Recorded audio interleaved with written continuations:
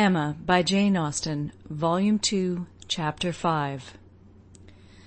Small heart had Harriet for visiting. Only half an hour before her friend called for her at Mrs. Goddard's, her evil stars had led her to the very spot where, at that moment, a trunk, directed to the Reverend Philip Elton, White Hart, Bath, was to be seen under the operation of being lifted into the butcher's cart, which was to convey it to where the coaches passed, and everything in this world, excepting that trunk and the direction, was consequently a blank.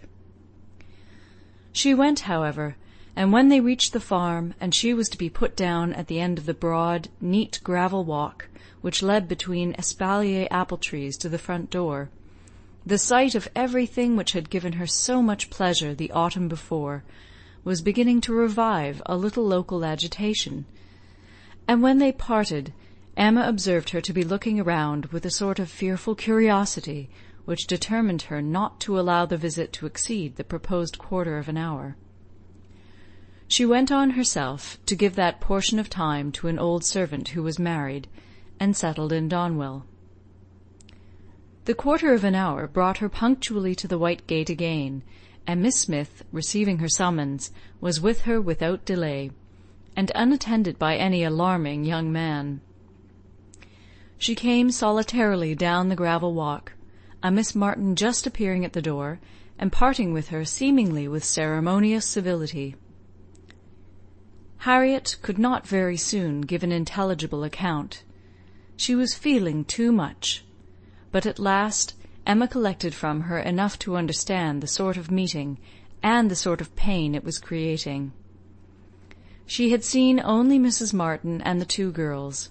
They had received her doubtingly, if not coolly, and nothing beyond the merest commonplace had been talked almost all the time, till just at last, when Mrs. Martin, saying all of a sudden that she thought Miss Smith was grown, had brought on a more interesting subject and a warmer manner.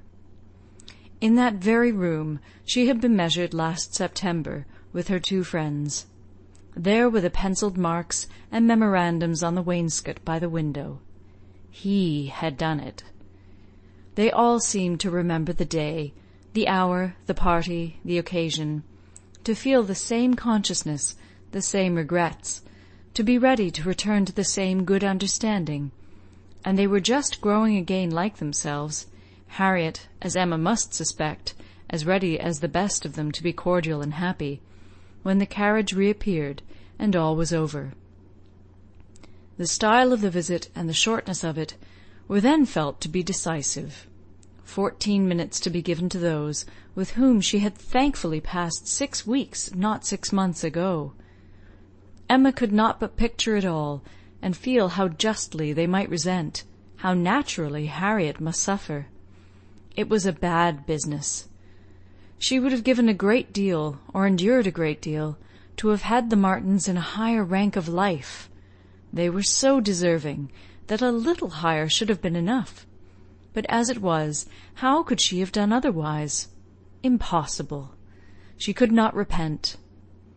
They must be separated, but there was a great deal of pain in the process, so much to herself at this time, that she soon felt the necessity of a little consolation, and resolved on going home by way of Randalls to procure it. Her mind was quite sick of Mr. Elton and the Martins. The refreshment of Randalls was absolutely necessary.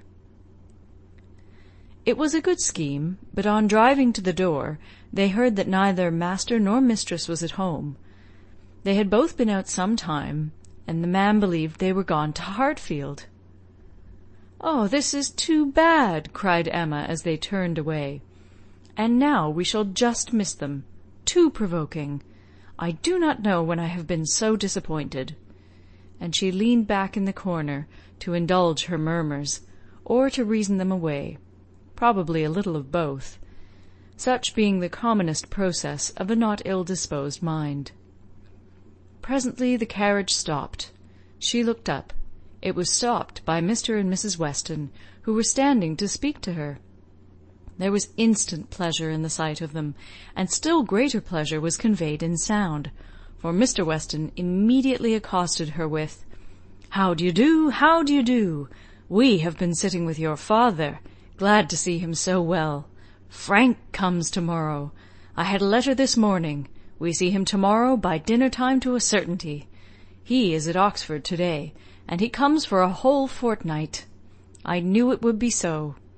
If he had come at Christmas, he could not have stayed 3 days. I was always glad he did not come at Christmas. Now we are going to have just the right weather for him, fine, dry, settled weather.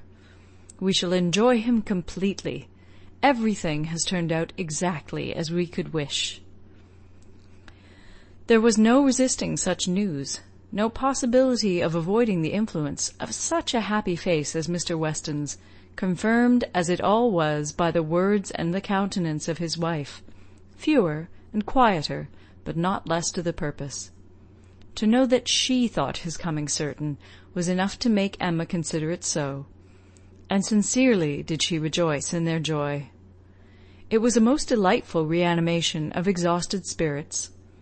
The worn-out past was sunk in the freshness of what was coming, and in the rapidity of half a moment's thought she hoped Mr. Elton would now be talked of no more.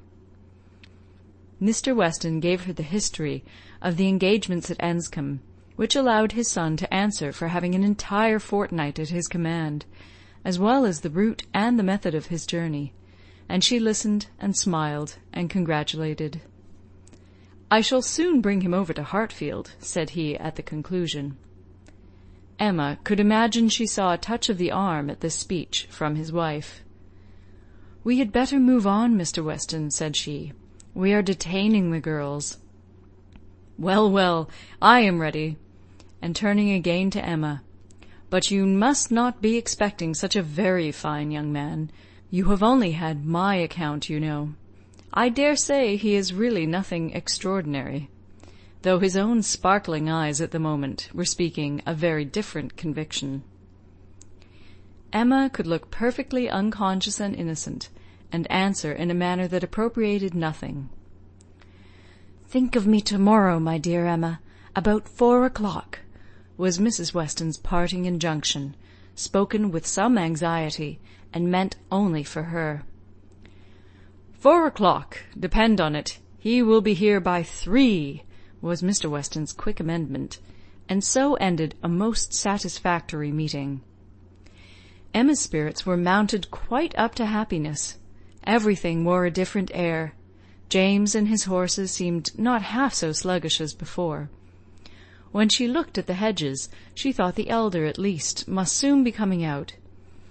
And when she turned round to Harriet, she saw something like a look of spring, a tender smile, even there. "Will Mr. Frank Churchill pass through Bath as well as Oxford?" was a question, however, which did not augur much. But neither geography nor tranquillity could come all at once, and Emma was now in a humour to resolve that they should both come in time. The morning of the interesting day arrived, and Mrs. Weston's faithful pupil did not forget, either at 10 or 11 or 12 o'clock, that she was to think of her at 4. "My dear, dear, anxious friend," said she in mental soliloquy, while walking downstairs from her own room, "always over-careful for everybody's comfort but your own. I see you now, in all your little fidgets, going again and again into his room to be sure that all is right." The clock struck 12 as she passed through the hall. "'Tis 12. I shall not forget to think of you 4 hours hence, and by this time to-morrow, perhaps, or a little later, I may be thinking of the possibility of their all calling here. I am sure they will bring him soon." She opened the parlour door, and saw 2 gentlemen sitting with her father, Mr. Weston and his son. They had been arrived only a few minutes, and Mr. Weston had scarcely finished his explanation of Frank's being a day before his time, and her father was yet in the midst of his very civil welcome and congratulations, when she appeared, to have her share of surprise, introduction, and pleasure. The Frank Churchill so long talked of, so high in interest, was actually before her. He was presented to her, and she did not think too much had been said in his praise. He was a very good-looking young man. Height, air, address, all were unexceptionable, and his countenance had a great deal of the spirit and liveliness of his father's. He looked quick and sensible. She felt immediately that she should like him, and there was a well-bred ease of manner and a readiness to talk, which convinced her that he came intending to be acquainted with her, and that acquainted they soon must be. He had reached Randalls the evening before. She was pleased with the eagerness to arrive which had made him alter his plan, and travel earlier, later, and quicker, that he might gain half a day. "I told you yesterday," cried Mr. Weston with exultation. "I told you all that he would be here before the time named. I remembered what I used to do myself. One cannot creep upon a journey. One cannot help getting on faster than one has planned. And the pleasure of coming in upon one's friends before the look-out begins is worth a great deal more than any little exertion it needs." "It is a great pleasure where one can indulge in it," said the young man, "though there are not many houses that I should presume on so far. But in coming home, I felt I might do anything." The word home made his father look on him with fresh complacency. Emma was directly sure that he knew how to make himself agreeable. The conviction was strengthened by what followed. He was very much pleased with Randalls, thought it a most admirably arranged house, would hardly allow it even to be very small, admired the situation, the walk to Highbury, Highbury itself, Hartfield still more, and professed himself to have always felt the sort of interest in the country which none but one's own country gives, and the greatest curiosity to visit it. That he should never have been able to indulge so amiable a feeling before passed suspiciously through Emma's brain, but still, if it were a falsehood, it was a pleasant one, and pleasantly handled. His manner had no air of study or exaggeration. He did really look and speak as if in a state of no common enjoyment. Their subjects in general were such as belonged to an opening acquaintance. On his side were the inquiries, was she a horsewoman? Pleasant rides? Pleasant walks? Had they a large neighbourhood? Highbury, perhaps, afforded society enough. There were several very pretty houses in and about it. Balls. Had they balls? Was it a musical society? But when satisfied on all these points, and their acquaintance proportionably advanced, he contrived to find an opportunity, while their two fathers were engaged with each other, of introducing his mother-in-law, and speaking of her with so much handsome praise, so much warm admiration, so much gratitude for the happiness she secured to his father, and her very kind reception of himself, as was an additional proof of his knowing how to please, and of his certainly thinking it worth while to try to please her. He did not advance a word of praise beyond what she knew to be thoroughly deserved by Mrs. Weston, but, undoubtedly, he could know very little of the matter. He understood what would be welcome. He could be sure of little else. His father's marriage, he said, had been the wisest measure. Every friend must rejoice in it, and the family from whom he had received such a blessing must be ever considered as having conferred the highest obligation on him.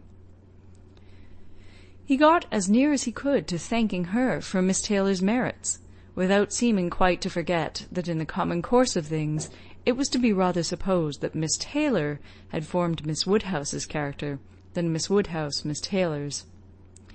And at last, as if resolved to qualify his opinion completely for travelling round to its object, he wound it all up with astonishment at the youth and beauty of her person. "Elegant, agreeable manners I was prepared for," said he, "but I confess that, considering everything, I had not expected more than a very tolerably well-looking woman of a certain age. I did not know that I was to find a pretty young woman in Mrs. Weston." "Oh, you cannot see too much perfection in Mrs. Weston for my feelings," said Emma. "Were you to guess her to be 18, I should listen with pleasure, but she would be ready to quarrel with you for using such words. Don't let her imagine that you have spoken of her as a pretty young woman." "I hope I should know better," he replied. "No, depend upon it," with a gallant bow, "that in addressing Mrs. Weston I should understand whom I might praise, without any danger of being thought extravagant in my terms." Emma wondered whether the same suspicion of what might be expected from their knowing each other, which had taken strong possession of her mind, had ever crossed his, and whether his compliments were to be considered as marks of acquiescence or proofs of defiance. She must see more of him to understand his ways. At present she only felt they were agreeable. She had no doubt of what Mr. Weston was often thinking about. His quick eye she detected again and again, glancing towards them with a happy expression, and even when he might have determined not to look, she was confident that he was often listening. Her own father's perfect exemption from any thought of the kind, the entire deficiency in him of all such sort of penetration or suspicion, was a most comfortable circumstance. Happily, he was not farther from approving matrimony than from foreseeing it. Though always objecting to every marriage that was arranged, he never suffered beforehand from the apprehension of any. It seemed as if he could not think so ill of any two persons' understanding as to suppose they meant to marry, till it were proved against them. She blessed the favouring blindness. He could now, without the drawback of a single unpleasant surmise, without a glance forward at any possible treachery in his guest, give way to all his natural kind-hearted civility in solicitous inquiries after Mr. Frank Churchill's accommodation on his journey through the sad evils of sleeping 2 nights on the road, and express very genuine unmixed anxiety to know that he had certainly escaped catching cold, which, however, he could not allow him to feel quite assured of himself till another night. A reasonable visit paid, Mr. Weston began to move. He must be going. He had business at the Crown about his hay, and a great many errands for Mrs. Weston at Ford's, but he need not hurry anybody else. His son, being too well bred to hear the hint, rose immediately also, saying, "As you are going farther on business, sir, I will take the opportunity of paying a visit, which must be paid some day or other, and therefore may as well be paid now. I have the honour of being acquainted with a neighbour of yours," turning to Emma, "a lady residing in or near Highbury, a family of the name of Fairfax. I shall have no difficulty, I suppose, in finding the house, though Fairfax, I believe, is not the proper name. I should rather say Barnes or Bates. Do you know any family of that name?" "To be sure we do," cried his father. "Mrs. Bates. We passed her house. I saw Miss Bates at the window. True, true, you are acquainted with Miss Fairfax. I remember you knew her at Weymouth, and a fine girl she is. Call upon her by all means." "Oh, there is no necessity for my calling this morning," said the young man. "Another day would do as well. But there was that degree of acquaintance at Weymouth which—" "Oh, go to-day, go to-day. Do not defer it. What is right to be done cannot be done too soon. And besides, I must give you a hint, Frank. Any want of attention to her here should be carefully avoided. You saw her with the Campbells, when she was the equal of everybody she mixed with, but here she is with a poor old grandmother, who has barely enough to live on. If you do not call early, it will be a slight." The son looked convinced. "I have heard her speak of the acquaintance," said Emma. "She is a very elegant young woman." He agreed to it, but with so quiet a yes as inclined her almost to doubt his real concurrence. And yet there must be a very distinct sort of elegance for the fashionable world, if Jane Fairfax could be thought only ordinarily gifted with it. "If you were never particularly struck by her manners before," said she, "I think you will to-day. You will see her to advantage, see her and hear her. No, I am afraid you will not hear her at all, for she has an aunt who never holds her tongue." "You are acquainted with Miss Jane Fairfax, sir, are you?" said Mr. Woodhouse, always the last to make his way in conversation. "Then give me leave to assure you that you will find her a very agreeable young lady. She is staying here on a visit to her grandmamma and aunt, very worthy people. I have known them all my life. They will be extremely glad to see you, I am sure, and one of my servants shall go with you to show you the way." "My dearest sir, upon no account in the world. My father can direct me." "But your father is not going so far. He is only going to the Crown, quite on the other side of the street, and there are a great many houses. You might be very much at a loss, and it is a very dirty walk, unless you keep on the footpath. But my coachman can tell you where you had best cross the street." Mr. Frank Churchill still declined it, looking as serious as he could, and his father gave his hearty support by calling out, "My good friend, this is quite unnecessary. Frank knows a puddle of water when he sees it, and as to Mrs. Bates, he may get there from the Crown in a hop, step, and a jump." They were permitted to go alone, and with a cordial nod from one, and a graceful bow from the other, the two gentlemen took leave. Emma remained very well pleased with this beginning of the acquaintance, and could now engage to think of them all at Randalls any hour of the day, with full confidence in their comfort. End of Chapter 5. Recorded in Toronto, Ontario by Moira Fogarty, July 2009.